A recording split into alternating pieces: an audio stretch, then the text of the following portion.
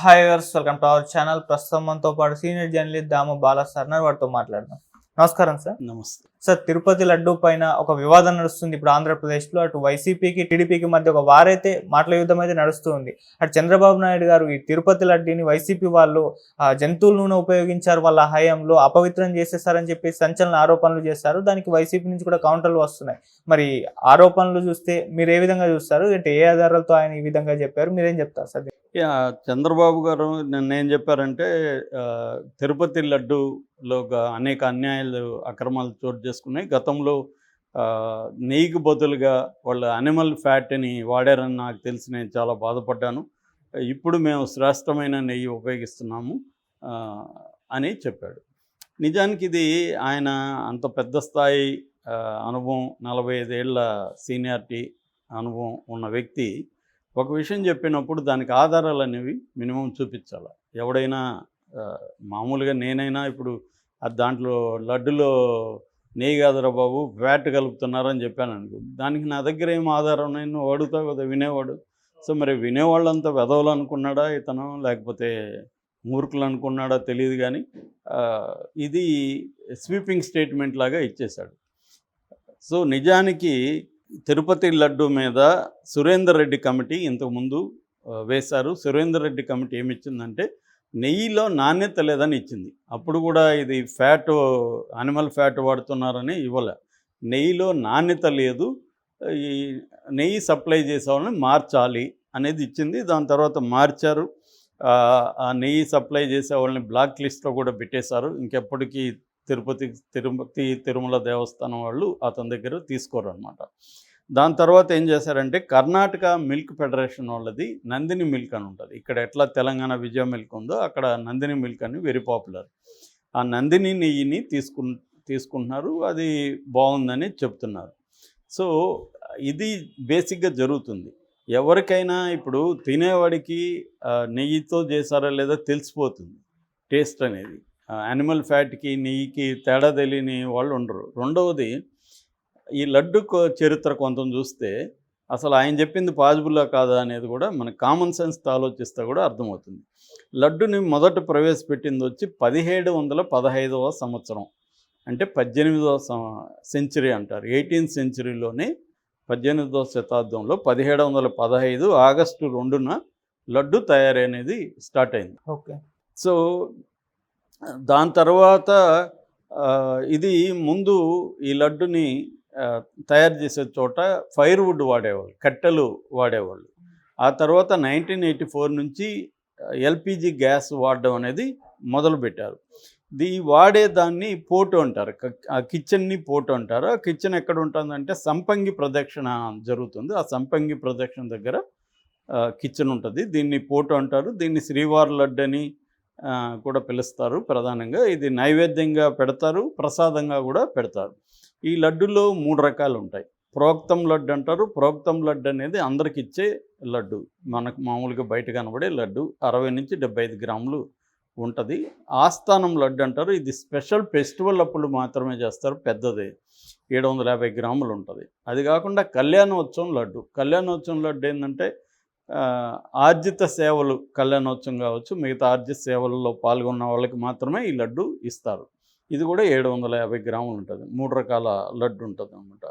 దీంట్లో దిత్త అంటారు. దిత్త అంటే దినుసులు ఏవేవి వేస్తారని. ఇప్పుడైతే 7 రకాల దినుసులతో ఈ లడ్డును తయారు చేస్తున్నారు. అందులో నెయ్యి కూడా ఒకటి. మామూలుగా ఈ నెయ్యి సప్లై చేసే వాళ్ళకి జనరల్గా నెయ్యి కానీ మిగతా పదార్థాలు, ఎందుకంటే రోజుకి 3,50,000 లడ్డూలు ఇప్పుడు తయారు చేస్తున్నారు. ఈ పోటు అనేది కిచెన్ అనేది 8 లక్షల లడ్డూలు తయారు చేసే కెపాసిటీ ఉంది. దీంట్లో 620 మంది పనిచేస్తారు ఈ పోటులో స్టాఫ్. వీళ్ళని పోటు కార్మికులని పిలుస్తారు. ఇందులో 247 మంది చెఫ్స్ అనమాట. వాళ్ళు అంటే వాళ్ళకి వంట నైపుణ్యం ఉన్నవాళ్ళు, వంటగాళ్ళు. సో వీళ్ళు కాకుండా 150 మంది పోటు కార్మికులు ఉంటారు, రెగ్యులర్ వాళ్ళు 150 మంది. అందులో 620లో 150 మంది రెగ్యులర్ ఎంప్లాయీస్ వాళ్ళు. అట్లా కాకుండా 350 మంది కాంట్రాక్ట్ బేస్ మీద పనిచేస్తుంటారు. సో ఇంతమంది అంటే 247 మంది వంట కుక్స్ ఉంటే అక్కడ వంట చేసేవాళ్ళు. మొత్తం స్టాఫ్ 620 మంది ఉంటే వాళ్ళందరికీ తెలియదా ఈ నెయ్యి ఇది ఆ, జంతువుల నూనె అని? 620 మంది పనిచేస్తుంటే పోటు కార్మికులు, వాళ్ళకి ఎవరికి తెలియదా? ఎక్కడా లీక్ కాకుండా ఉంటుందా? చంద్రబాబుకి ఎవడన్నా చెవులో వచ్చి మాత్రమే చెప్పాడా? సో దానికి ఏంటి ఆయన దగ్గర ఉన్న ఆధారం అనేది కూడా ఇక్కడ చాలా సీరియస్గా ప్రశ్న. రెండోది, కోట్లాది మంది వెజిటేరియన్స్ ఉంటారు భక్తుల్లో. వాళ్ళకందరికీ ఇప్పుడు దిగ్భ్రాంతికరం కదా ఇది.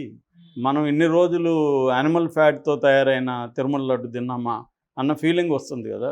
జగన్ మీద వ్యతిరేకత ఉండొచ్చు, జగన్ ఇది చేయాలనుకోవచ్చు, కానీ అదొక్కటే కాదు కదా ఇది. జగన్ గొడవ కాదు ఇది. నిజంగా అది జరిగితే ఇతను మరి ఎందుకు ఎంక్వైరీ వేయలేదు? ఇప్పుడు 3 నెలలు దాటింది, 100 రోజులు అయింది.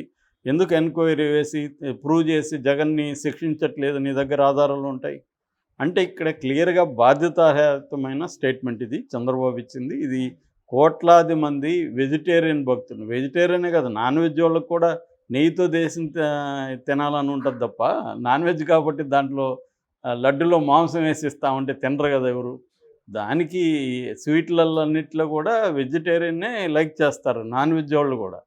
మంచి నెయ్యి వేసి చేయాలనుకుంటారు తప్ప దాంట్లో నేను యానిమల్ ఫ్యాట్ వేస్తానంటే ఎవరు ఇది చేయరు. నిజానికి యానిమల్ ఫ్యాటు, రొయ్య పొట్టు ఇవన్నీ వేసి అమ్మే వంటకాలు ఎలాగో ఉంటాయి, అది వేరే వ్యవహారం. కానీ తిరుమలలో ఇలాగా జరుగుతుంది అని ఈయన చెప్పడం అంటే దానికి ఆధారాలు ఉండాలి.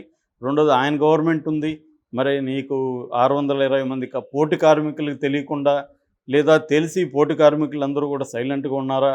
మరి ఈ 247 మంది చెఫ్స్ ఎవరైతే ఉన్నారో వీళ్ళకి తెలియదా అది ఎక్కడి నుంచి వచ్చింది? ఇప్పుడు ఒక సప్లై చైన్ ఉంటుంది, కొన్ని టన్నుల నూనె కావాలి రోజు, అన్ని టన్నుల్లో ఎందుకు కలుపుతున్నారు? రెండోది, జగన్కి కలపాల్సిన అవసరం ఏంటి? కామన్ సెన్స్ ఉంటే ఎవడైనా ఆలోచిస్తాడు కదా. దాన్ని నెయ్యి బదులు అది వాడితే ఆయనకి వచ్చేది ఏంది?